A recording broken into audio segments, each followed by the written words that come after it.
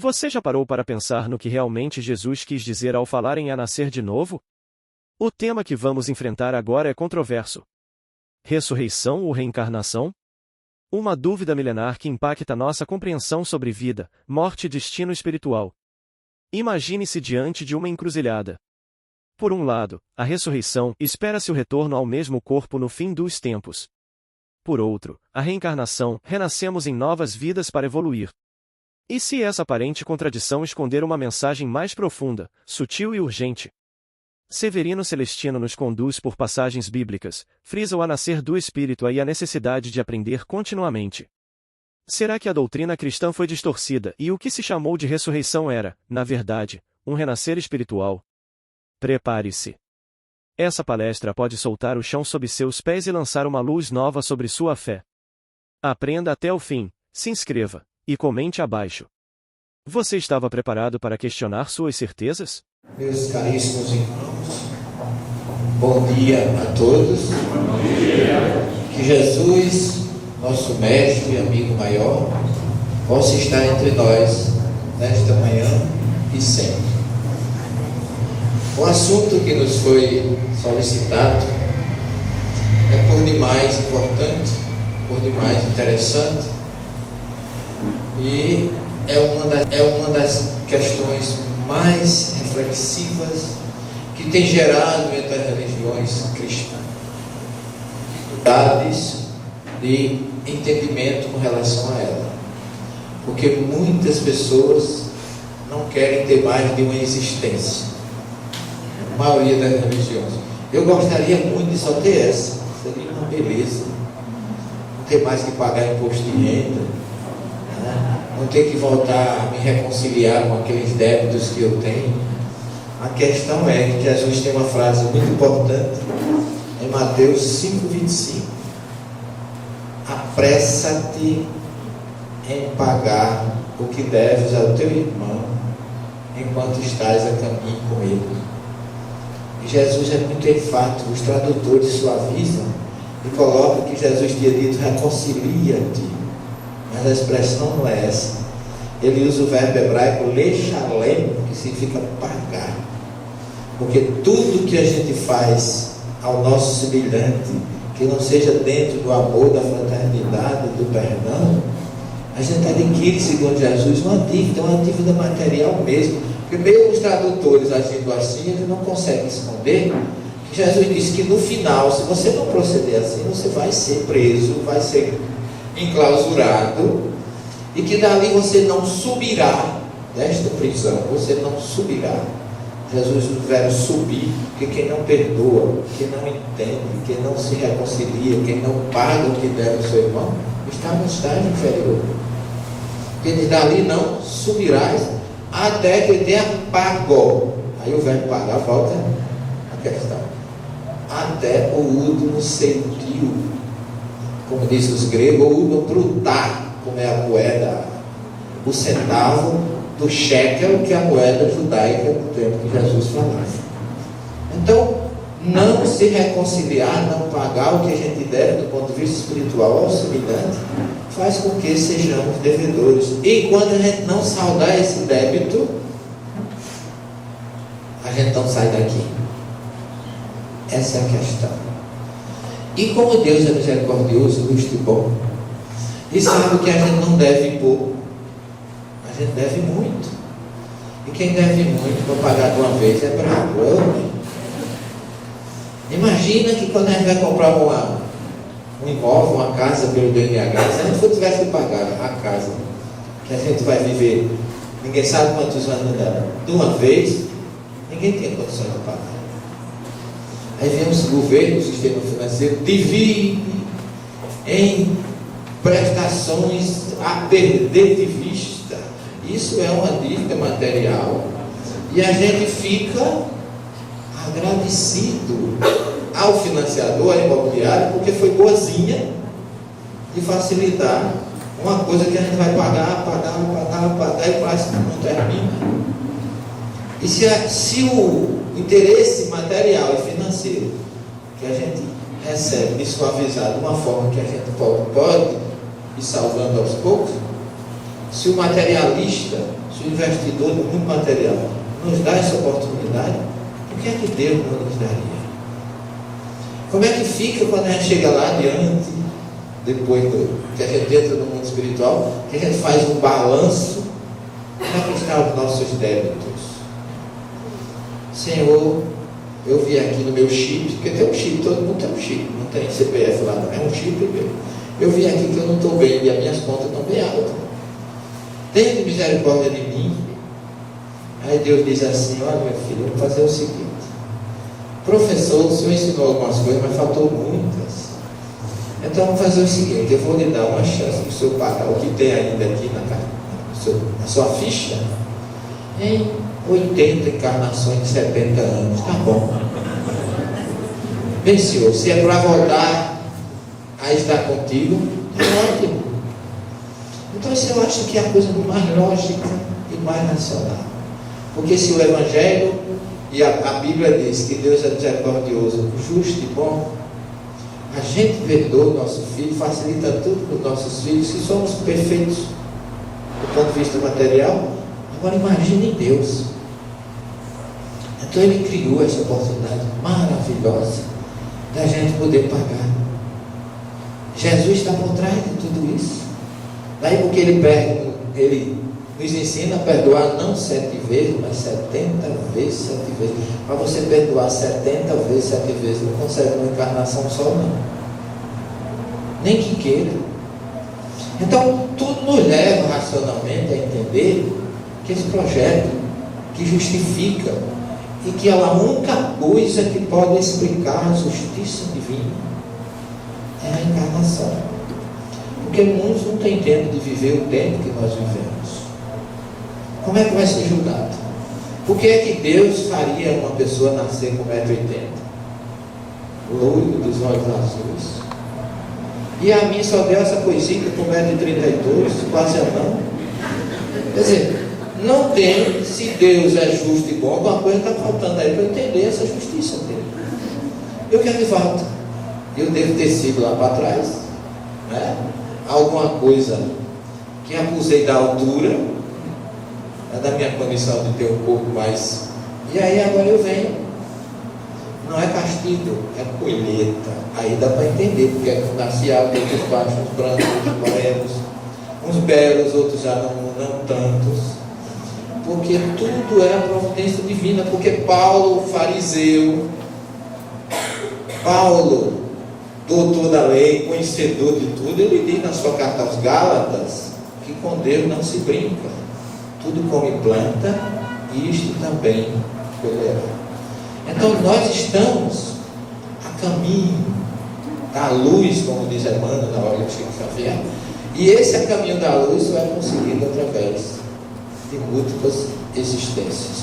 E Kardec coloca na sua nossa grande obra Evangelho segundo o Espiritismo, que lá no tempo do Velho Testamento e no tempo de Jesus, a reencarnação era vista como sinônimo de ressurreição.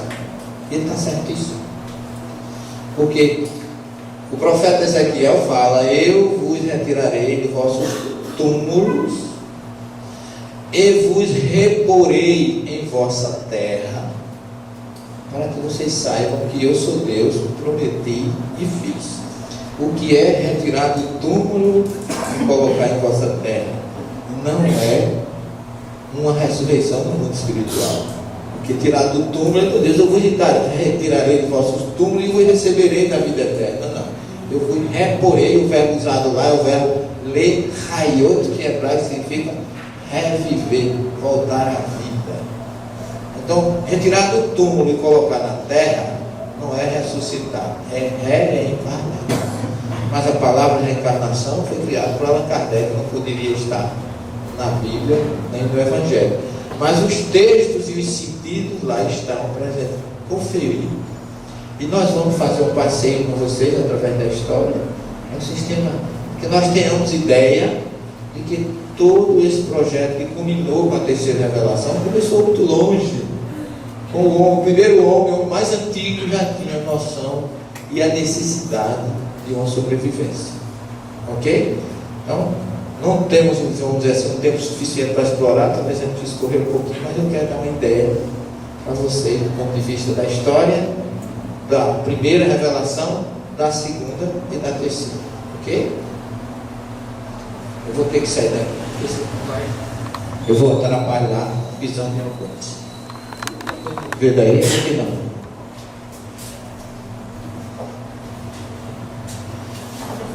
A doutrina da ressurreição originou-se com os povos primitivos que tinham o costume de sepultar juntamente com seus mortos utensílios, alimentos e seus pertences, fruto da crença em uma vida física após a morte.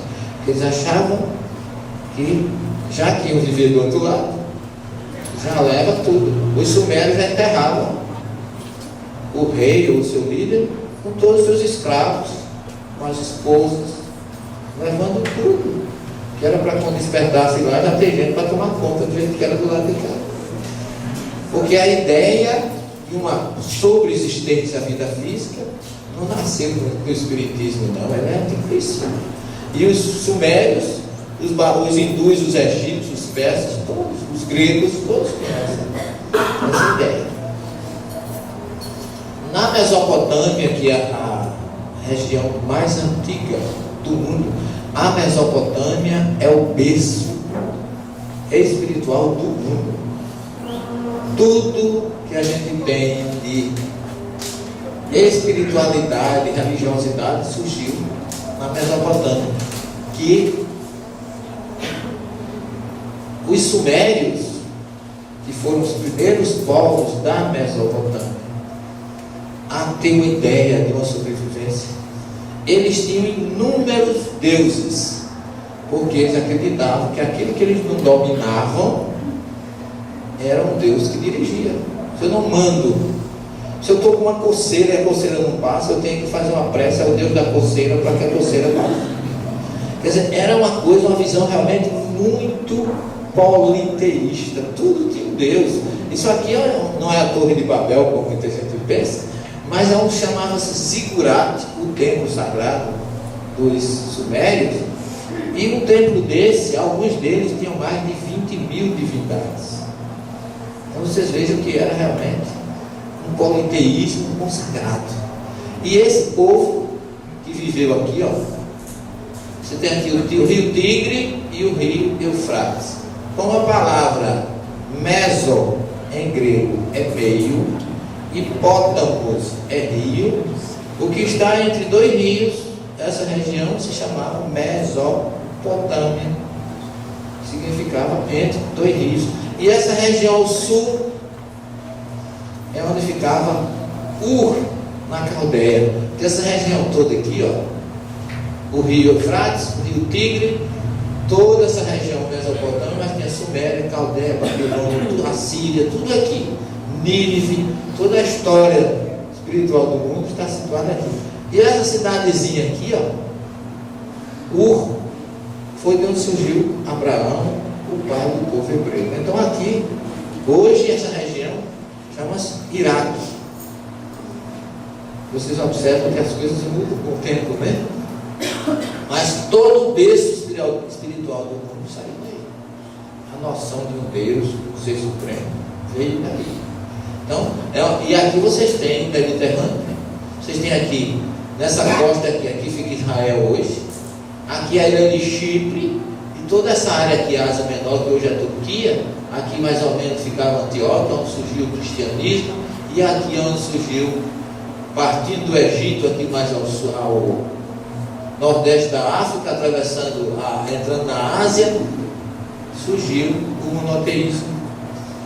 E a gente tem notícia hoje através de Abraão, ratificado por Moisés, relembrado por Jesus, e chega a terceira revelação para consagrar e deixar sobre nós uma responsabilidade imensa. Eu, como espírita, eu tenho muito medo da questão 627 do Livro dos Espíritos. Porque a questão 627 diz assim, Kardec pergunta se Moisés trouxe a lei, Jesus o Evangelho, para o que é Espiritismo? É uma pergunta muito forte, mas Kardec, como pedagogo, como investigador, ele queria que o Espírito da Verdade dissesse. Ele diz: Jesus, o Velho Testamento, Jesus falava sempre de parábolas ou de forma figurada, ou no sentido obscuro, oculto e indireto.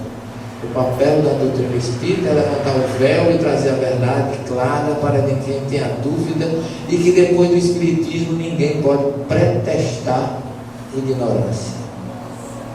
Em outras palavras, o judeu pode dizer: eu não sabia, não conhecia o Evangelho, muito menos conheci Kardec. O cristão pode dizer: eu conheço o Velho Testamento. O cristão, a Bíblia católica e o protestante. Mas nunca ouvi falar dessa história de lei de causa e efeito, nunca me informaram muito isso não. E o espírita? Qual é a justificativa que vai dar? É sim, eu já ouvi falar disso alguma vez, mas não levei muita atenção não, porque tem umas coisas para resolver na hora, eu estava com o pensamento do outro caminho. Não tem desculpa. Então como diz a história, é esse o medo que eu tenho. Porque nós não somos melhores do que ninguém, mas somos muito mais responsáveis, porque Jesus diz que quem muito recebeu, muito será cobrado de quem não foi dado. É só para dar uma reflexão, não é para deixar ninguém triste no manhã de domingo, não. Só para que a gente possa refletir um pouco, ok? Gilgamesh, que foi o primeiro herói mesopotâmico, era um homem muito forte, era considerado um deus, só que Gilgamesh, aliás, foi ele que originou, mas aí outra história, o dilúvio de Noé, é uma cópia de Gilgamesh, na epopeia de Gilgamesh. Mas Gilgamesh também tinha uma arca, ele também tinha, ele era um rei mitológico de Uruk, e uma das primeiras cidades da humanidade foi exatamente Uruk, a mais antiga do mundo. E ele, nessa história, nessa saga, o personagem central, Gilgamesh, se defronta com problemas físicos da humanidade, como coragem, amizade, amor e a busca pela eternidade. Porque o problema que Nicodemos teve com Jesus foi quando ele viu que estava velho e não tinha feito tudo que poderia ter feito. Foi procurar Jesus para o consolo. Meu pai dizia que quem de moço não morre, de velho não escapa. Quando chega a hora de ir, não tem brabo, não tem bom não.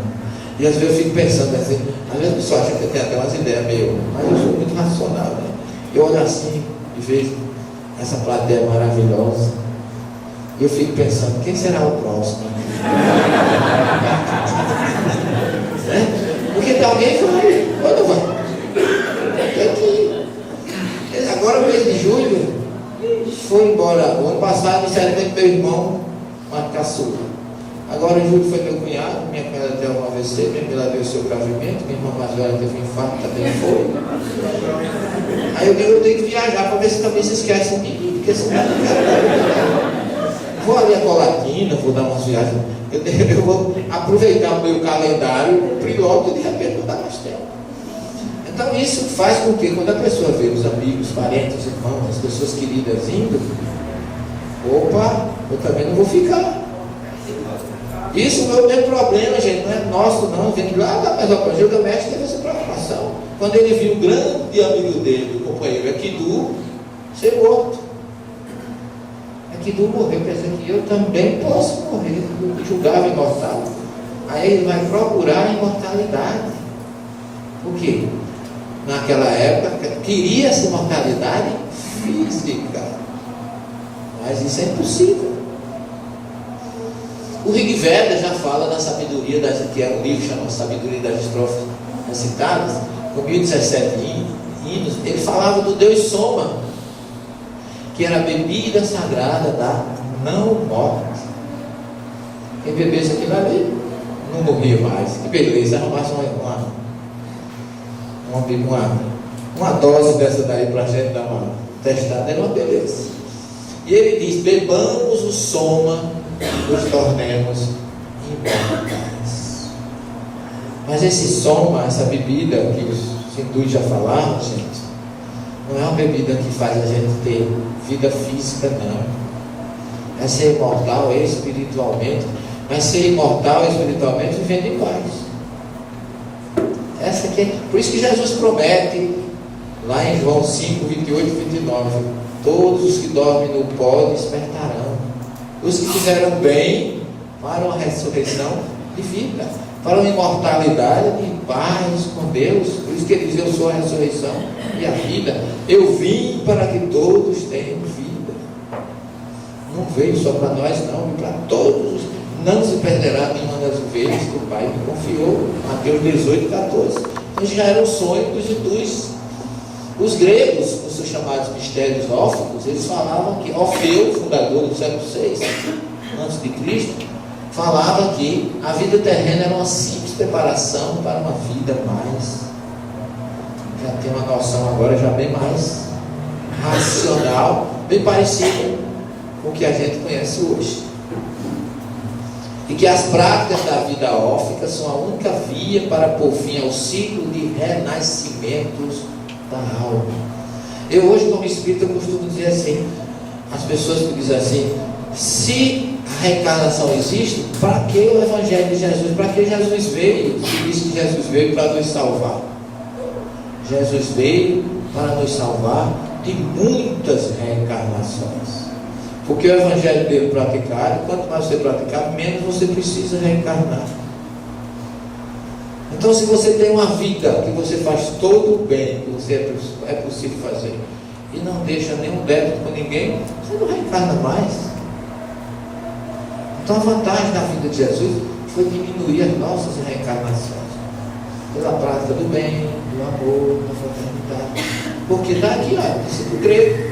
Se você pratica uma vida órfica, é vida órfica. O bem, o amor, a fraternidade, a solidariedade. Você vai diminuir seus ciclos de renascimento na Terra. Então, está de acordo com a doutrina. Já é a cultura grega. Pitágoras exerceu grande influência nos seus sucessores, como Empédocles, 495 a 435 a.C., Xenófanes, Heródoto, Platão e etc.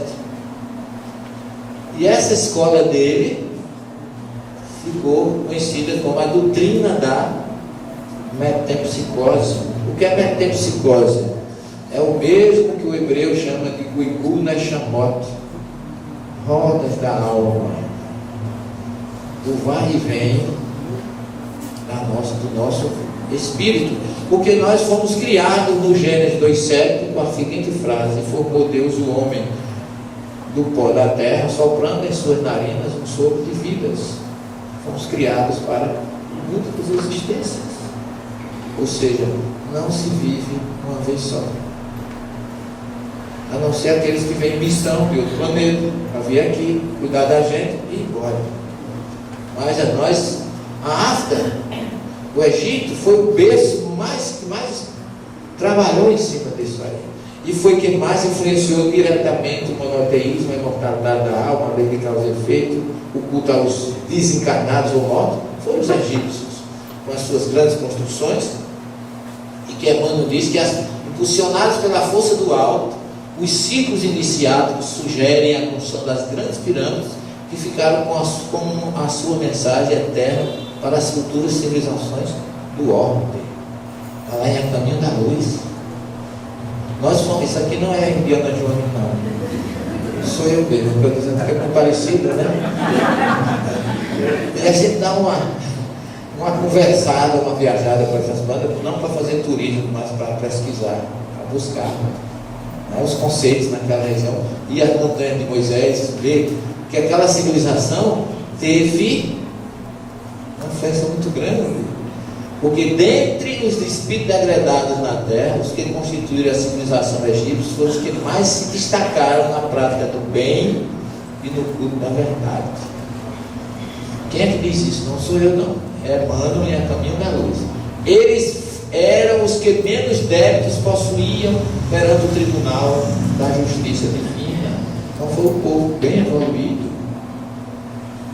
Você chega hoje no Egito, você observa que aquele povo que está ali não tem nada a ver com aquela civilização. Parece até que estão de costas para aquela história maravilhosa, aquele berço espiritual do mundo. É um povo indiferente, eles não não se utiliza da mensagem espiritual das pirâmides, eles se utilizam materialmente do que eles podem fluir hoje nos turistas que ali vão. Parece assim que o dono da fazenda morreu, os empregados tomaram conta da casa e estão lá explorando de outra forma que não é. Mesmo porque, depois que eles fizeram o seu trabalho, eles foram embora, não tem mais nenhum desses espíritos ali. A gente sabe que foram os exilados de Capela. Daí a saudade que eles tinham da sua região, o paraíso perdido, exatamente Capela. Um deles tinham saudade, porque foram expulsos porque eles evoluíram muito materialmente, culturalmente, mas moralmente ainda não estavam. E o que vai acontecer com a gente? Que nós estamos vendo um momento de transição. Quem viveu, praticou o Evangelho de Jesus vai ficar aqui. E Jesus disse que os mansos herdarão a terra. Ninguém fica pensando que o mundo vai se acabar, nem marque data, nem nada, porque só vai passar vergonha. O ano passado, no mês de maio, eu estive em Nova York, cheguei lá no dia 19 para fazer uma semana espírita lá, e estava lá um cartaz na ponte que sai de Manhattan para New Jersey, um cartaz imenso falando do Judgment Day, o dia do juízo final, que ia ser no dia 21 de maio, marcado por uma rede protestante, que é lá, uma rede de FM, um pastor muito famoso, dizendo que no dia 21 de maio, eu digo, meu Deus, não vou mais nem voltar para o Brasil, vou ficar aqui mesmo. Se esse homem estiver certo, eu estou frito. Mas eu me lembrei que Jesus fala em Mateus 24, do sermão escatológico, que a ninguém é dado saber o dia nem a hora. Então, se ninguém sabe o dia e a hora, pelo amor de Deus, não marque data, não. Porque senão vai acontecer a mesma coisa que aconteceu com o pastor, que na segunda-feira cobraram dele, ele disse, eu realmente, certamente eu estava enganado, quem não sabia? Porque não escutou, nem viu Jesus, nem viu Jesus. Nem o filho do homem, nem os anjos, só o meu Pai que está no céu sabe. O dia e a hora está lá. Muito, muito claro isso. E por isso que a gente não deve marcar data, a gente deve fazer a nossa parte. Isso aqui é importante. Ok? Emmanuel ainda diz que em nenhuma civilização da Terra o culto da morte foi tão altamente desenvolvido quanto no Egito.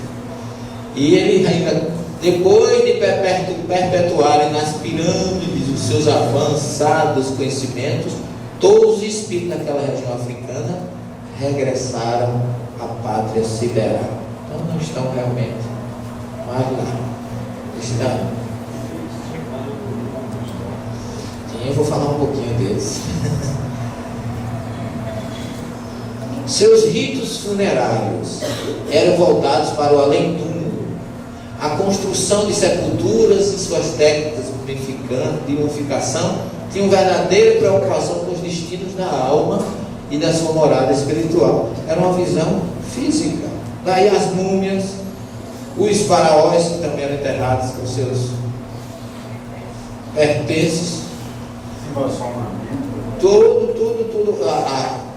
Todos os túmulos dos faraós foram assaltados depois, né? Só escapou um, que foi Tutankhamon. Mas Tutankhamon, ele se encarnou com 18 anos, uma criança. Viveu pouco, foi o faraó que menos viveu, era mais pobre. O único tesouro que não roubaram foi o dele, só que hoje no Museu do Cairo ele ocupa 6 salas. O sarcófago dele é de ouro puro. E foi mais pobre. Quer dizer, imagine, viveu pouco e não pôde arregimentar nem juntar ouro, por isso que ele é mais pobre. O sarcófago dele ocupa 6 salas. É riqueza, quando você vê assim, e quem for materialista fica com vontade de ficar ali dentro, porque não sai lá de dentro. A história de Osíris e o percurso do Deus Sol referendava o renascimento do Deus do Sol todos os dias. Essa história é muito fantástica, porque é Osíris, que é o rei, Ísis, a sua esposa, e Horus, o seu filho. Essa tríade egípcia referendam e reativam a ideia de uma perpetuação do mundo espiritual. E que a lenda é muito bonita. Osíris era um rei muito poderoso, mas o seu cunhado Sete, com ciúme, bolou um caixão, tirou a medida dele escondida e deu uma festa e disse que aquele sarcófago fantástico seria do presente àquele cujo corpo coubesse exatamente no tamanho do caixão. A história da Cinderela, sapatinho. E na hora da festa, todo mundo se deitava, mas não cabia. Quando Osíris se deitou, ele fechou a tampa, selou e jogou no mar. E aí Ísis foi procurá-lo e achou já lá na Síria. Só que quando Ísis achou, depois de muito trabalho, Sete foi lá, pegou de novo o corpo de Osíris, cortou todo em pedaços e jogou, espalhou. E foi outro sacrifício para Ísis achar novamente. E acharam o corpo, só que quando acharam, faltava exatamente o órgão reprodutor masculino. Daí, depois disso, ela tem Horus, por isso que Horus nasceu de uma virgem. E muita gente acha que Jesus é uma cópia de Horus. Vocês podem ver até isso na internet. Mas os Deus, mesmo assim, Osíris não se putrefez, né? Em quase todos os textos do livro dos mortos, túmulos, mumificações e ritos, permitiu que o morto pudesse alcançar a imortalidade e viver eternamente num corpo transformado e glorificado para a vida eterna. Então, Osíris, segundo a lenda do livro dos mortos, nunca se decompôs, nem se putrefez, nem apodreceu, nem se transformou em verme, nem pereceu, nem gozou, mas gozou a vida na plena posse de todos os membros do seu corpo. Para dizer que a lenda, aquela história, não atingiu ele, ele acabou sendo imortal. Só que ele nunca mais voltou ao mundo dos vivos. Ele continuou ressurreto, mas no mundo dos mortos. E ele hoje, segundo os egípcios, é o dono do mundo dos mortos. E a história mostra, está lá dentro do Museu do Cairo ainda hoje. Eu fiquei impressionado com isso. Isso aqui é um tribunal, um juízo final. O morto, aqui, o desencarnado, era recebido por um Deus, o cabeça de chacal, que pesava o coração com a pena da deusa Maat, botava de um lado o coração, do outro a pena. Se o coração pesasse mais do que a pena, o cara não entrava no reino de Osíris, que está aqui, e Ísis, que é quem recebia o morto no mundo espiritual. Então há um julgamento. Quem tivesse o coração leve, igual a pena, entrava. Por que a gente ainda hoje usa? Ele tem um coração tão bom. Ele é uma pessoa de um bom coração. Ele está andando daí. Quantos mil anos atrás? E por isso que Jesus, aí ele diz o seguinte: se você, a lenda diz isso, exatamente isso, que Anubis, o deus chacal, em forma de animal, pesava o coração e a pluma da deusa Maat. Se o coração estivesse muito pesado, era dado a Amut, deusa com cabeça de crocodilo, que o devorava. Aí ele não podia entrar no mundo espiritual. Se houvesse equilíbrio, Horus levava o morto à presença de Osíris e Ísis, sua esposa, e o morto viveria para sempre. Jesus diz em João 5, 28 e 29: os que fizeram bem despertarão para uma ressurreição de vida. Os que fizeram mal despertarão para, 16 Bíblia diz, para uma condenação eterna. Mal traduzida. Porque se Jesus tivesse permitido que a gente fosse condenado eternamente, a vida dele aqui não teria tido nenhuma razão de ser. Então ele não veio para que todos tenham vida. Ele não veio para dizer que nenhuma das ovelhas do meu pai me confiou se perderá. Na verdade, o termo hebraico fala latim hebraico é tribunal. Ele vai ser julgado. E ser julgado não significa ser condenado. E se for condenado, não é uma condenação eterna. É voltar, recomeçar de onde falhou, para depois então voltar. O grego fala de crisos, que é a mesma coisa. E o latim de iudice, sempre julgamento, nunca condenação. Os persas, no zoroastrismo, falavam de um Deus único, Ahura Mazda, Supremo Criador. Fala da ressurreição ou renovação final, que seria uma situação em que os mortos reviveriam. Isso tudo foi criando um sistema de uma ressurreição física. E ainda hoje tem gente que acredita que a pessoa morre, fica dormindo Não é assim? E quando chega naquele dia do juízo final, aí chega aquela voz, levanta. Aí você levanta e diz assim: agora chegou o momento de você saber se você vai ficar no mundo espiritual ou se não vai entrar no reino. Então essa visão de ressurreição física está mal entendida nos textos bíblicos originais, porque a ressurreição não pode ser. Nem Paulo, na sua carta aos Coríntios, capítulo 15, ele dá uma explicação claríssima sobre isso, quando perguntam como será a ressurreição dos mortos e com que corpo volta. Por que perguntaram qual era o corpo que volta? Porque, sendo judeu reencarnacionista, sabia que a gente tinha tido mais de um corpo. E se havia mais de um corpo, qual era o corpo que ia ressuscitar no juízo final?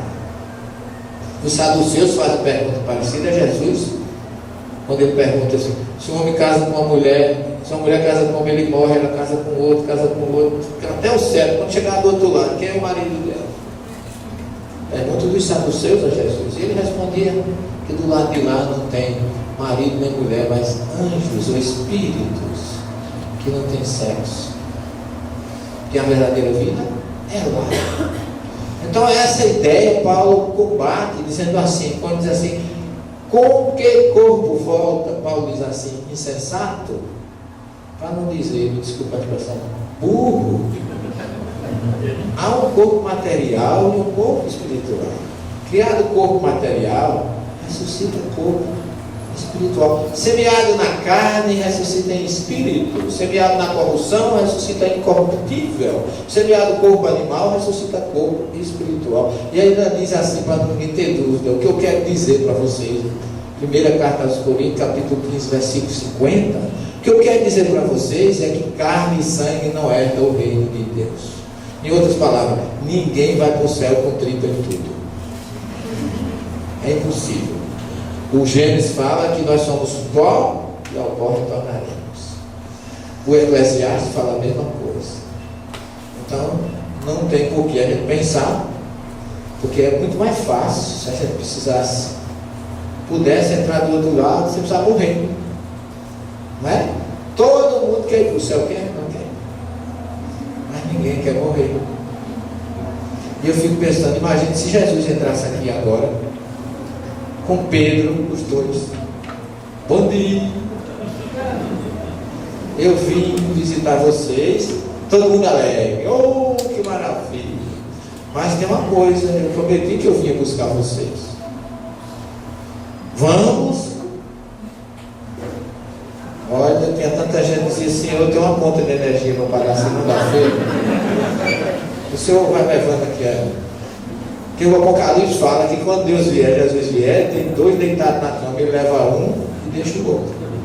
E passou um grupo de protestantes lá na casa do primo que eu tinha, que era muito brasileiro, mas na hora que ele disse assim: olha, quando Deus vier, porque os nossos irmãos são muito literais, né? Ele deixa um, tiver marido e mulher, ele deixa um e leva o outro. Aí Chico era muito brincalhão, disse: quem vai é tu, Angelina, eu não vou não. Então, a gente está disposto, a gente quer, mas na hora ninguém quer, não é assim? A gente nem sempre está pronto para dar aquele testemunho. É a hora de racionalizar a questão. E eu me lembro de um caso interessante, curioso, só para relaxar um pouquinho, de uma época de carnaval, um grupo de jovens fez um bloco de fantasia. Agora eu fico inventado de fazer um bloco com fantasia de Satanás. Aí compraram aquele papel crepe bem barato, vermelho, fizeram a fantasia, botaram o chifre, cauda, o tridente, e marcaram de se encontrar para formar o bloco lá em determinado lugar. E veio aquele rapaz, vem passando, aí quando ele olhou, viu uma nuvem dessas fortes: eu vou borrar minha fantasia toda. Eu vou entrar aqui para passar a chuva. E entrou, despreocupadamente, ele não viu que estava entrando na igreja na hora da missa. E ele foi entrando, mas à medida que ele ia entrando, a igreja se esvaziando. O povo ia saindo pelas laterais. E eu disse: porque depois que a gente usa alguma coisa, a gente até esquece do que a gente está usando.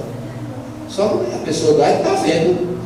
E não sei, não foi vendo, foi olhando, foi desocupando, a igreja foi ficando vazia. Quando ele foi chegando perto do altar, o padre viu, largou tudo para meia hora, entrou para a sacristia. E ele olhou que só ficou uma senhora lá no canto, senhorinha idosa. Aí ele olhou para ela e disse assim: essa mulher é corajosa. Mas ele, ao mesmo tempo, ele olhou e viu que as muletas dela estavam lá do outro lado, escoradas na parede, que alguém tinha botado. Ela estava ali, da pessoa pobrezinha era paralítica. Aí ele olhou, foi se aproximando dela, a vozinha pálida. Aí ele olhou: tudo bem, vovó? Aí ele olhou para ele assim e disse: meu filho, eu estou aqui há 20 anos à espera de um milagre, mas eu acho que eu acredito mesmo em você. Quer dizer, na hora do aperto, não tem como, é difícil você persistir, né? Então o testemunho é o que faz a gente ser forte. Mas quase sempre a gente diz uma coisa e pratica outra. Esse é o problema. Jesus dizia: esse povo me louva com os lábios, mas não me tem no coração. É preciso que a gente tenha isso na prática, na fraternidade, na convivência e no amor.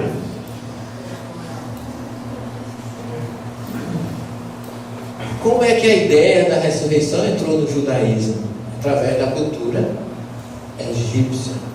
Porque foi no livro de Daniel, capítulo 12, versículo 2, que ele fala da ressurreição, mas ele fala da ressurreição individual. Ele diz assim: muitos dos que dormem no solo poeirento despertarão, uns para a vida eterna e outros para o horror ou para a vergonha eterna.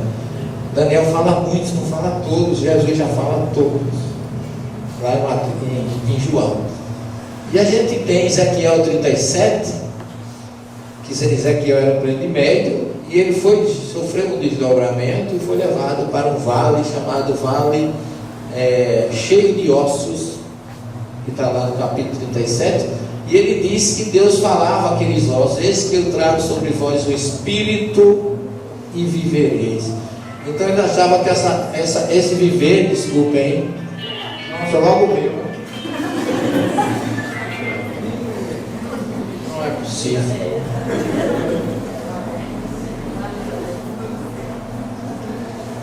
Mil perdões. Porque eu sou cirurgião e a gente nas horas vai que eu sou cirurgião, né? Às vezes opera alguém, a pessoa fica, mas dá para esperar. Depois você não tem. Então a ideia de uma ressurreição física vem partindo daí. Porque era possível alguém já morto você voltar a viver. Mas o contorno, quando você vai analisar no todo, você vê que é se voltar à vida, é voltar à vida na forma de reencarnação e não de uma ressurreição. Aquele mesmo corpo que voltou, não pode. Kardec mostra isso, né? Porque do ponto de vista da criação, eu vou colocar aqui, porque às vezes nós espíritos somos meio renitentes, às vezes não acreditamos muito no que a gente diz, mas o texto original diz assim: vai ser Yahvé Elohim et Hadam, e formou Yahvé com Elohim o homem, et Hadam é o homem, não é um homem, de forma que aí é no sentido de humanidade. Adão, que é formado Afar, Mini Hadamá, do pó da terra. Adão vem de Adamá, Adamá é a terra, Adão é o filho da terra. Então o filho da terra tanto é o homem como é a mulher. Não é Adão um homem e Eva uma mulher. Rava em hebraico é aquela que dá vida. Aí veio o nome de Eva.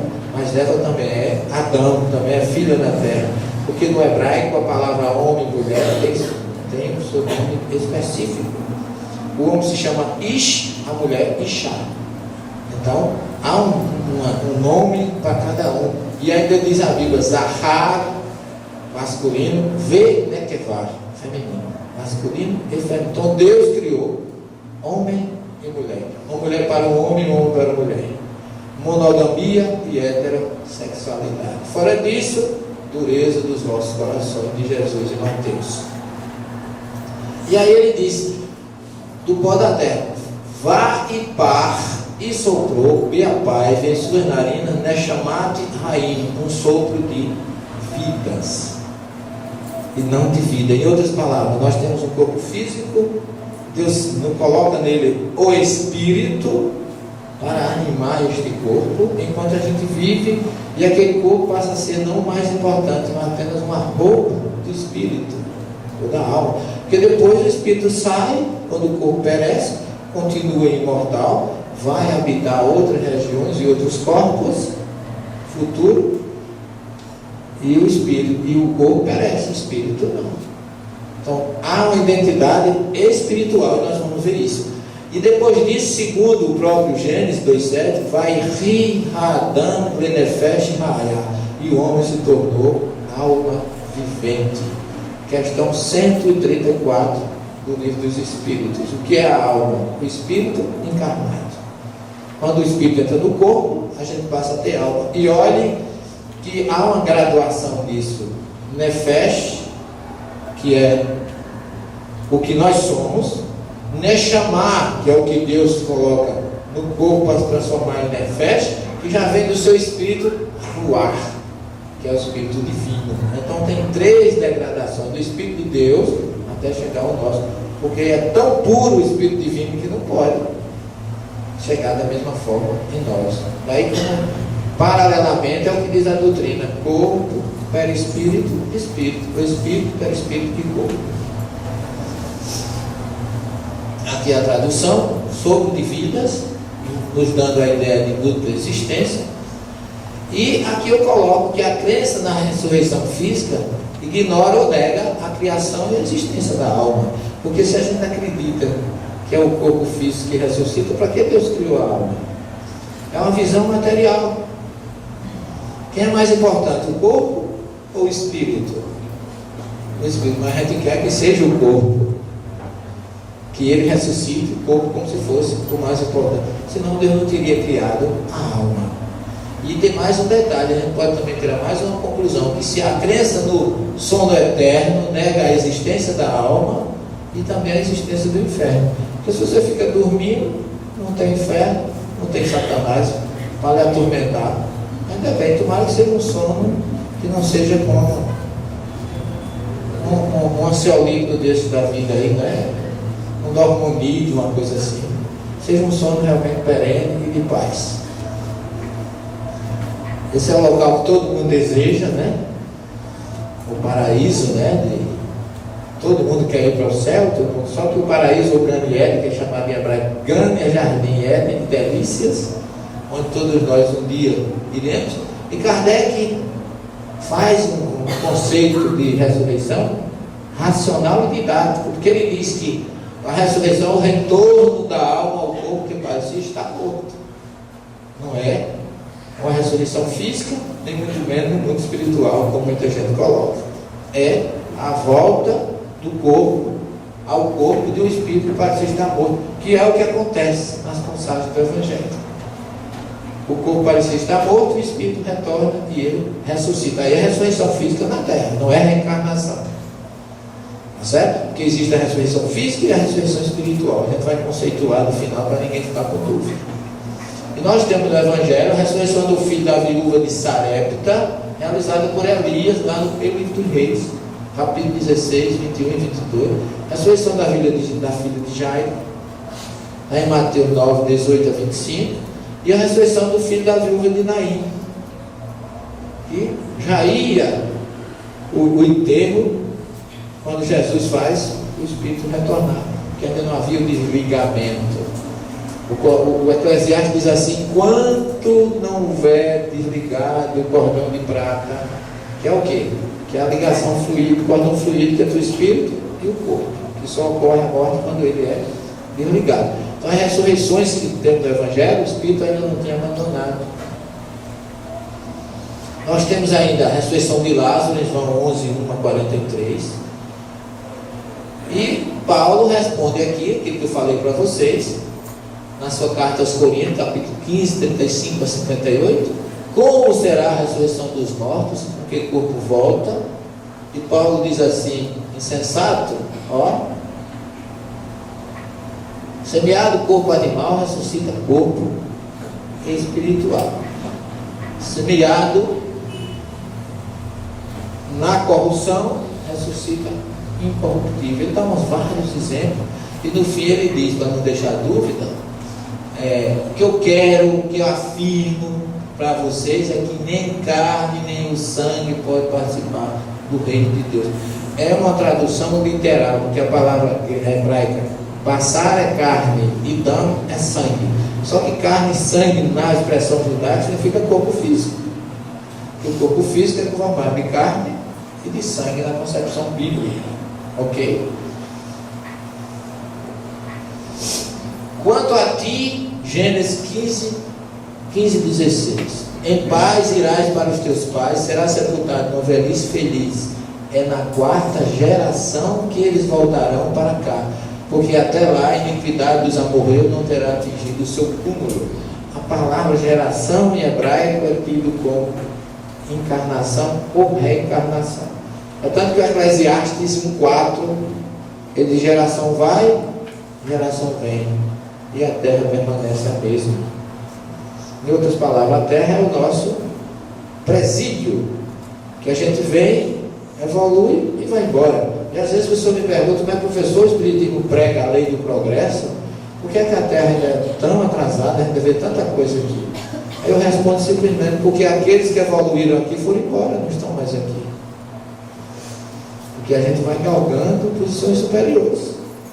Então, é lógico que esses espíritos que estão aqui fazendo, praticando essas coisas, não é os mesmos do passado. A casa do meu pai tem muitas moradas, já dizia Jesus. Os planetas são classificados em vários tipos, mais inferiores e mais elevados do que a Terra. Quem evoluir aqui vai embora. Quem for preguiçoso fica mais tempo aqui. A gente ainda está com uma certa preguiça, está por aqui, mas a gente vai sair também daqui, se Deus quiser. O caso de Esaú e Jacó, que a origem explica de uma forma muito interessante, há duas nações em teu seio, dois povos de ti se separarão, um povo dominará um povo, o mais velho servirá o mais novo, que é a história do judeu e do árabe. Já era previsto lá. E amei Jacó e aborreci Esaú. Esse termo aqui, imagina Deus aborrecendo alguém. O termo original diz assim: eu amei menos a Esaú do que a Jacó, e não eu aborreci Esaú. Deus não deixa de amar a gente nunca, em circunstância nenhuma. Jacó foi mais amado porque era mais evoluído, foi ele que teve direito de que a primogenitura, daí porque Esaú vendeu por um prato de lentilhas. E ainda diz os rabinos que no caso de gêmeos, Jacó foi gerado primeiro, porque se ele saiu depois é porque ele foi gerado antes. Depois dele foi gerado Esaú, então Esaú nasceu primeiro e Jacó veio depois, mas ele foi gerado primeiro, então ele realmente era o primogênito e não Esaú. E quem analisa isso é Orígenes, discípulo de São Clemente, que por suas vezes era discípulo de Pantaeno, lá em Alexandria, que só a reencarnação explica o caso de Esaú e Jacó. E Orígenes foi condenado pelo segundo concílio de Constantinopla, porque defendia a lei do karma e do renascimento como uma lei cristã. Eu sou teu Deus, sanciono o pecado dos teus pais sobre os filhos na terceira e quarta geração, Êxodo 20 e 34, 6 e 7. O termo pecado aqui é um termo mais da Igreja Católica, mas o termo original, avon, significa erro. Eu sanciono o erro que você cometeu. Dos pais sobre os filhos. Todo mundo traduz isso como até a terceira e a quarta geração. Só que o termo hebraico aí é al, e al não é até, é sobre. Porque se eu disser até, que seria a proporção ad em hebraico, eu estaria dizendo que o filho paga pelo pai. E nem o filho, Ezequiel 18 diz: nem o filho paga pelo pai, nem o pai paga pelo filho. Precisamos acabar com esse provérbio em Israel, que o pai chupa uvas verdes e os dentes dos filhos botam. Nem o pai paga pelo filho, nem o filho paga pelo pai, responsabilidade individual. Só a tradução correta explica por quê. Na terceira e quarta geração, eu posso voltar como meu neto. Aí a reencarnação se processa. Porque eu posso vir como filho do meu filho, eu só não posso vir como meu filho. Aí não é até, mas a partir ou na terceira, quarta, até 1000 gerações. Ficou claro isso aí?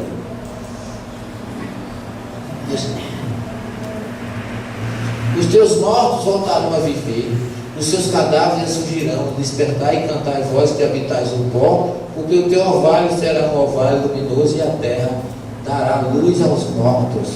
A terra como planeta de expiação, como uma escola, dá a oportunidade daqueles que estão no mundo espiritual voltarem para evoluir e saldar os seus débitos. Então a terra é um planeta de expiação que dá luz ao nosso espírito, que através dela a gente evolui. Antes mesmo, isso aqui é Jeremias 1:5. Jeremias era um grande médium e ele disse que não queria ver aquelas coisas, nem passar por aquelas coisas, queria que Deus liberasse ele. E a resposta de Yahvé é essa: antes mesmo de te formar no ventre materno, eu te conheci. Antes que saísse do seio, eu te consagrei, eu te constituí profeta das nações. Em outras palavras, a gente tem uma identidade espiritual. Não é CPF não, Deus conhece por outra coisa, não é pelo CPF, o CPF só vale para aqui. Mas antes mesmo, ele com 8 anos, já era velho. Por isso que a criança vem, às vezes hoje está surpreendendo a gente, porque as crianças são muito mais sábias do que a gente, eu que digo. E se for aborrecente, nossa Senhora, essa fase que é tudo não, e é que sabe de tudo, é que tem direito, o pai, o colega que sabe das coisas, o pai e a mãe não sabem de nada, mas são espíritos que já têm uma cabeça, né? Crianças que com 4, 5 anos já enrolam o pai e a mãe, já sabe quem é melhor para dizer sim ou não. O que é que a criança sabe? E a gente acha o bichinho tão novinho, tão bonitinho. Segura o menino enquanto é tempo. O livro de Jó, ele pergunta: morrendo o homem tornará a viver? Todos os dias esperarei que chegue a minha troca. Troca aqui, ralifado, é o meu retorno, a minha volta. E ainda coloca: eu sei que meu defensor está vivo, que no fim se levantará, e em minha carne verei a Deus. Aí no sentido de, através das minhas encarnações, eu chegarei a ver Deus, porque ninguém jamais viu a Deus, segundo João. E Jesus disse que os limpos de coração verão a Deus, só que ele fala de ver aí com a mente, não, com o espírito. A expressão que o verbo que Jesus usa é rosé, e rosé não é visão de olho, é visão espiritual. Pergunta à geração passada e medita a experiência dos antepassados. Somos de ontem e não sabemos. Jó 8, 8 e 9. Isso tudo é Velho Testamento. Não falei nem do Novo ainda. E os salmos então? Todos os salmos de Davi são de que a gente não morre, não fica no inferno, que o inferno não é eterno. Porque ele diz: por isso meu coração se alegra, minhas entranhas exultam, e minha carne repousa em segurança, pois não abandonarás minha alma no Sheol, nem deixarás que teu fiel veja a tumba. Sheol, no judaísmo, é o que a gente chama de umbral. Então a região todo mundo vai, só que não fica lá eternamente. É igual a gente, cada um tem o seu. Porque às vezes o espírito acha que o umbral é para os outros. Não pense que os outros vão para o umbral, não. O católico vai para o purgatório, o protestante vai para o céu, para o inferno. E o umbral, quem é que vai? Só quer ser brastento, né? Quem quer ser GE, quem quer ser uma partinha mais. Mas vamos embora. Eu vou demorar pouco, vou logo dizer, porque eu vou criar problema, não. O Salmo 19:8 diz: o ensinamento de Deus é perfeito, porque promove o retorno do Espírito, que é a reencarnação. O Salmo 23, que é um salmo fantástico, que Davi fala do Deus pastor, ele começa mostrando nesse salmo, que é um salmo reencarnacionista, e que é um dos salmos de mais perseverança de Davi. Vão lendo aí enquanto eu faço as explicações. Então, é um salmo que a história dele é bonita, porque Davi fugia de Saul, estava no oásis de Engedi, ali perto de Jericó. Quando o exército vem, ele se embrenha no deserto. Quando ele chega no deserto, o que é que o deserto tem? Nada. Então ele está com o deserto na frente e um exército atrás. Ele não tinha. Imagine uma situação dessa, gente. E ele se senta no deserto, pega a sua harpa e compõe esse belíssimo poema que todos os verbos estão no futuro. Começa dizendo assim: Yahvé Roi Lo Erissá. Deus é meu pastor, não me faltará. É Deus quem não me falta. Nesse deserto árido, onde não existe água, não existe colheita, não existe nada, eu tenho meu pastor que vai cuidar de mim aqui, que é Deus. Para as águas tranquilas, para a relva mais fresca me fará descansar. Imagine você no deserto, vendo um gramado verde, está obsediado. É muita confiança em Deus. É um salmo que alegra os nossos corações. Almei menuchote, para as águas tranquilas me conduzirá. Aqui não faltará grama, não faltará água. Ainda que eu atravesse o vale da sombra da morte, nada temerei, porque tu estarás comigo. Teu bastão e teu cajado me confortarão. Ungirás minha cabeça. Quer dizer, ele ali estava prevendo que ele iria ser rei. Era um profeta, que não era rei ainda, acabou sendo. E aqui no final ele termina dizendo aqui: certamente a todo diversa, certamente bondade e benevolência e difunir me seguirão, me seguirão, colimei raiai, todos os dias das minhas vidas. Então Davi sabia também que ele viveria inúmeras encarnações. Ninguém traduz assim, porque acha que não traduzindo assim, não vai reencarnar. Mas vai reencarnar do mesmo jeito. Não tem problema. Então Deus é meu pastor, e Yahvé é meu pastor, não me faltará.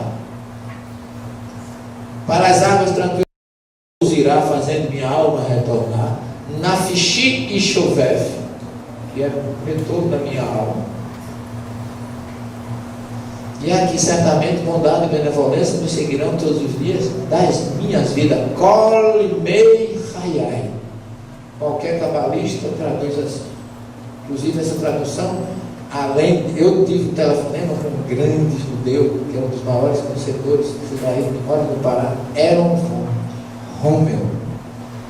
Ele foi quem me deu essas dicas e que juntos chegamos a essa conclusão, pela inestimável boa vontade dele, que eu nem o conheço. Ela marca, apresentou o telefone, nós ficamos quase uma hora conversando. É uma cultura. O Pirkei Avot, que é uma obra judaica que é a ética dos pais, quem traduziu para o português foi ele. É uma cultura, uma sumidade. Então, as pessoas não traduzem segundo a sua condição, sempre mudam. Senhor, tiraste minha alma do Sheol, tu me fizeste reviver entre os que baixam a cova. Salmo 34. É tudo a mesma coisa. O 49,6, Deus resgatará minha alma das garras do Sheol e me tomará. Tudo salmo na encarnação de João. Fizeste-me viver, ou me ver tantas angústias e males. Tu voltarás para dar-me vidas, voltarás para tirar-me dos abismos da terra. Salmo 71, 20. Observe que não é uma passagem só, não. Ficarás irado conosco para sempre, de geração em geração. Mostra-nos o teu amor, ó Deus, e concede tua salvação. Salmo 85, 6 a 8. Eu te agradeço de todo o meu coração, Senhor meu Deus. É grande o teu amor para comigo, e tiraste-me das profundezas do Sheol. Salmo 86, 12 e 15. Veja que não é uma passagem só. Parece até que eu estou falando no livro da doutrina. O Eclesiastes, a geração vai, geração vem, a terra sempre permanece a mesma. Eclesiastes 1,4. E tem muita gente que ainda acha que o Eclesiastes nega, porque Salomão, ele coloca no Eclesiastes, no capítulo 9, que rico, pobre, feio, bonito, todo mundo morre. Todos têm o mesmo fim. E ele diz que os mortos não têm consciência do que se passa. É claro, o cadáver não sabe de nada. E as pessoas acham que porque ele disse isso, não existe vida do outro lado. Quer dizer, a Bíblia dá muitas interpretações, mas a Bíblia por si só se interpreta. Você tem que procurar outras passagens, como diz o Talmud. Se um versículo destoa do outro, procura o terceiro, para passar a limpo. Geração vai, geração vem, a terra permanece a mesma. Eis que eu vos enviarei o profeta Elias antes que venha o grande e temível dia do Senhor, Malaquias 3:23 ou 4:5, que é aqui que a gente tem que começar a fazer a ponte entre o Velho e o Novo Testamento. Isso é o livro. Ora, Elias viveu no tempo de reis. Como é que ele ia voltar? E aqui diga, não, mas Elias não morreu, ele foi arrebatado. Se Elias foi arrebatado, por que o espírito dele aparece no monte Tabor, Jesus? Não foi o corpo, foi o espírito. Então são coisas que a gente... Paulo diz que carne e sangue não é do reino dos céus. O Gênesis fala que nós somos pó. O Eclesiastes fala a mesma coisa. Então a gente vai esperar voltar em corpo. Elias foi visto subindo, mas ninguém disse que ele foi arrebatado, que ele foi para o céu contra tudo, que é antibíblico, é anticientífico. Eu respeito quem pensa assim, mas eu não entendo dessa forma, porque a própria Bíblia não mostra isso em outras passagens. E aí vem o nosso querido Mestre Jesus, no Novo Testamento, e fez questão de confirmar Malaquias, porque diz que João Batista aparece no deserto, relembrando Isaías 40, preparai vossos caminhos, endireitai vossas veredas. E Jesus chega, relembrando isso aqui de uma forma fantástica, lá em Mateus capítulo 11, versículo 13 e 14, que ele diz assim, falando de João Batista: o que fostes ver no deserto? Um caniço balançado pelo vento? Um homem vestido de linho de púrpura? Claro que não, que os homens vestidos de linhos de púrpura não estão nos desertos, estão nos palácios. Eu vos declaro que João é mais que um profeta, é um mensageiro de Deus. Dentre os filhos de mulher, ninguém foi maior do que João. E se vocês querem entender, Jesus fez a questão assim: é ele, o Elias, que devia voltar. Ora, se o Malaquias fala que Elias viria para preparar o caminho de Jesus, Jesus diz a Torá e os profetas profetizaram até João. Por quê? Porque falavam da vida dele, de Jesus. E João estava ali testificando. Mas depois de João não tem mais profecia. Dentro dos filhos de mulher, ninguém é mais do que João. Agora, se vocês querem entender, é ele, o Elias, que devia voltar. Que Elias é aquele que Malaquias disse que viria para preparar o dia do Senhor. Mas Elias viveu lá no tempo de reis. Quem voltou não foi Elias, é o espírito de Elias, agora na pessoa de João Batista. E se isso não é reencarnação, não sei mais o que. Dito por Jesus. Mas eu já tive porque geralmente os nossos irmãos protestantes, eles são mais literais. Uma vez eu estava no rádio com uma pastora, ela disse: não, João Batista não é Elias, não. Perguntaram a João Batista se ele era Elias, ele disse que não era. Aí eu disse a ela: mas também perguntaram se ele era profeta. Ele disse que não era. A senhora acha que ele era ou que não era profeta? Sabe, claro que era profeta. Eu digo: então, quando ele disse que é profeta, a senhora... Quando ele não disse, a senhora acredita. Agora, quando ele disse que não é Elias, a senhora acredita com questão só para negar a reencarnação.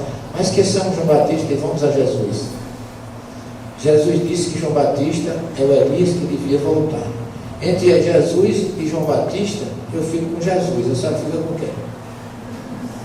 Eu não soube dizer nada e já mudou o assunto. Porque é muito fácil quando a gente quer interpretar do nosso modo e não da forma como a exegese e a hermenêutica nos indica. Então eu acho essa passagem discutível. Jesus perguntou: quem diz os homens que eu sou? E responderam: um João Batista, outro Elias, outro Jeremias ou algum dos profetas. Se Jesus, o povo dizia que Jesus podia ser um desses, não podia ser de outra forma não ser reencarnado, porque esse povo viveu lá atrás. E Jesus fala em Lucas: nesta geração será pedido conta do sangue de todos os profetas. Em Mateus 17 ele diz: eu vos declaro que Elias já veio e não reconheceram. Antes fizeram tudo o que quiseram. Então os discípulos compreenderam que ele falava de João Batista. Por quê? Porque ele tinha sido degolado. Então, muitas passagens mostram que João Batista é o Elias. O próprio rei Herodes achava que João Batista, que Jesus era João Batista que tinha voltado e ressuscitado. Desta geração seria pedido conta do sangue de todos os profetas. Lucas 11, 50 e 51. Que geração? Aquela que estava no tempo de Jesus. Mas os profetas viveram lá no passado. Como é que estava pedindo o sangue de todos os profetas naquela geração? Porque eles viveram lá e estavam de volta ali. E a gente está aqui ainda porque também a gente veio de lá. Desta geração será pedido conta, não sei de quê, mas que vai ser. E João, o diálogo de Jesus com Nicodemo, não deixa dúvida: aquele que não nascer de novo não entrará no reino dos céus. O que é nascido da carne é carne, o que é nascido do Espírito é Espírito. Não o que vem o meu filho era de mim é parte física, mas o Espírito era do Espírito dele mesmo, que já veio lá de trás. Necessário vos é nascer de novo. É necessário a todos. Jesus falando com Nicodemo, não disse que era só Nicodemos, mas ele disse: necessário vos é a todos nascer uma segunda vez. E o Evangelho de João: o Espírito age onde quer, ouve o seu ruído, mas não sabe de onde vem nem para onde vai. Mas tu sabe que ele vem de algum lugar e sabe que ele vai continuar passando. Da mesma forma de Jeremias, que veio antes, já existia e vai existir depois. Então o ensinamento de Jesus é claro nesse sentido. E o Evangelho de João 5, 28 e 29, Jesus fala que a reencarnação é para todos. Não vos maravilheis disso, porque vem a hora que todos os que se acham no sepulcro subirão deles ao som de sua voz. Os que praticaram o bem irão para uma ressurreição de vida, os que praticaram o mal subirão para serem julgados. E aí recomeçar de onde falhou. Esse é o que nós, vamos dizer assim, temos como meta e não podemos fugir. A reencarnação com misericórdia divina é para a gente agradecer e não para negar. E Deus é tão bom que mesmo os que negam reencarnam para poder evoluir. Eu trabalho com isso todos os dias no curso de Ciências da Religião, lá na universidade, onde eu dou aula, e sempre tem pastores, sempre tem os pessoal mais... Eu não sei se vocês já tiveram a experiência de ensinar reencarnação para pastor. Eu não sei se vocês gostariam, eu não desejo a todo mundo não. Mas eu tenho essa experiência, graças a Deus, muito rica. Eu aprendo muito com eles. Mas eu transito muito bem nesse meio, porque eu tenho amigos pastores. Ontem mesmo estive com o pastor Samuel lá em Resplendor. Me tratou com muito carinho. O pastor Neemias Mariano foi um homem que eu convivi com ele de uma forma fantástica.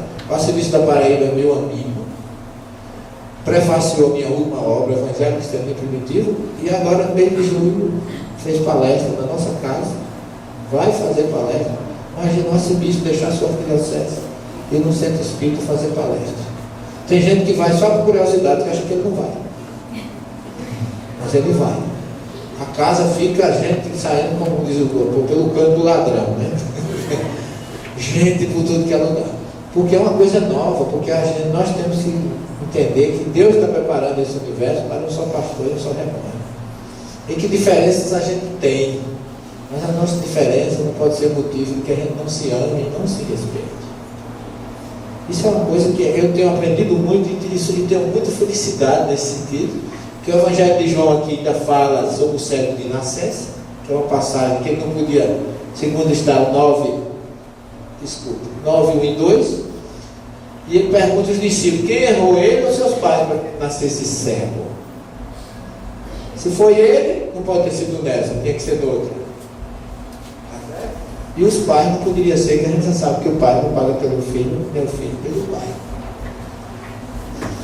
Então, meus irmãos, com Jesus trazendo tantas mensagens maravilosas para nós, tantos ensinamentos, tantas coisas que são dispensáveis para que a gente cresça, que a gente evolua, e Jesus é tão bom que ele é Senhor de tudo isso, porque ele diz em João 17,5, na sua oração final: Pai, chegou minha hora, glorifica teu filho como tu o glorificaste quando eu me encontrava contigo antes da criação dos céus e da terra. Antes do planeta Terra ser criado, Jesus já estava com Deus, assistindo a sua criação para nos receber. É muito amor. Mandou Abraão, Isaac e Jacó todas essas ideias. Depois ele mesmo veio E ainda a gente ainda de costas para ele. E ele ainda virou o nosso mestre Leonel Kardec a trazer a terceira revelação, para não ninguém ter mais dúvidas. E ninguém prega de uma forma racional a doutrina, ou a religião, ou a moral, ou a ciência, como o espiritismo. É completo. Eu digo assim, não fazemos proselitismo, mas eu não teria um outro lugar na minha existência que não fosse na doutrina espírita. Porque pregar o que eu prego, o catolicismo, eu já recebi as contas antes mesmo de ser padre, imagina se eu tivesse sido. Eu não poderia fazer hoje, eu faço. Protestante, eu acho que Deus me livre, eu era tido logo como Satanás, era tudo bem patente. Porque alguns ainda me chamam de 666, que é o nome da besta apocalíptica. Eu não me incomodo, eu acho que é muito número para mim. Qualquer 0,5 já resolveu meu problema. 666 é muito demais. É uma coisa tão pequena. Ele é o 0,5, estava bom. Não me incomoda, sabe por quê? Porque eu devo satisfação a Jesus. Esse eu devo. Jesus foi chamado de Beelzebul porque expulsava espíritos. Quanto mais um coitado como eu. Não é? Então eu só peço a ele um pouco de perseverança, saúde, vontade. Porque eu deixo. Jesus diz, aquele que não abandonar pai, filho, família, não está dizendo abandonar, não, deixar. Aquele que não deixa seu pai, sua mãe, por minha causa, não é digno. Então eu deixo minha família nos finais de semana, deixo o aconchego do meu lar, mas para trabalhar para Jesus, para mim é uma honra maravilhosa. Eu acho que é uma forma de que eu, mesmo me desprendendo assim, eu receber tanto. Porque poder reunir um grupo eclético, no dia do domingo, que vocês podiam estar em casa, ou dormindo mais um pouco nessa manhã, que começou assim tão convidativa da gente permanecer na cama, é um gesto de desprendimento que me internece, me anima a que eu continue nesse papel de trazer Jesus para mais perto de vocês. Porque eu faço muitas viagens a Israel, não como turismo, mas como pesquisa, e uma senhora me disse, numa dessas viagens, disse assim, professor, eu queria agradecer ao senhor, porque o senhor teve a condição de fazer com que eu me sentisse mais perto de Jesus. Então eu acho que isso paga tudo aquilo que eu posso fazer, porque se eu puder levar Jesus para mais perto de vocês, eu vou ficar muito feliz. Então eu queria do fundo do meu coração agradecer essa oportunidade nessa manhã e pedir a Ele que abençoe os lares, as famílias, a sociedade, a todos vocês que aqui se encontram, que são convidados a serem testemunho desse amor. Aqui está a verdade revelada. Ressurreição espiritual, o verdadeiro renascimento que transforma o ser, aperfeiçoa a vida e nos prepara para a eternidade. A ressurreição literal é simbólica, o que realmente importa é reencontrar-se, renascer em fé, perdão e sabedoria. Severino Celestino nos convida a insistir menos no corpo e mais na alma. A mensagem final é clara: não espere o futuro para renascer, transforme-se hoje, evolua agora. A reencarnação espiritual é a corrente contínua que fortalece sua jornada. Leve essa reflexão para a sua vida. Onde você precisa renascer? Perdoar mais, amar melhor, aprender de novo? Compartilhe essa mensagem com alguém que precisa de uma nova chance. Deixe aqui seu coração. O que ficou em você? E não esqueça de se inscrever e seguir nessa jornada de renascimento interior, porque o verdadeiro milagre já acontece dentro de nós.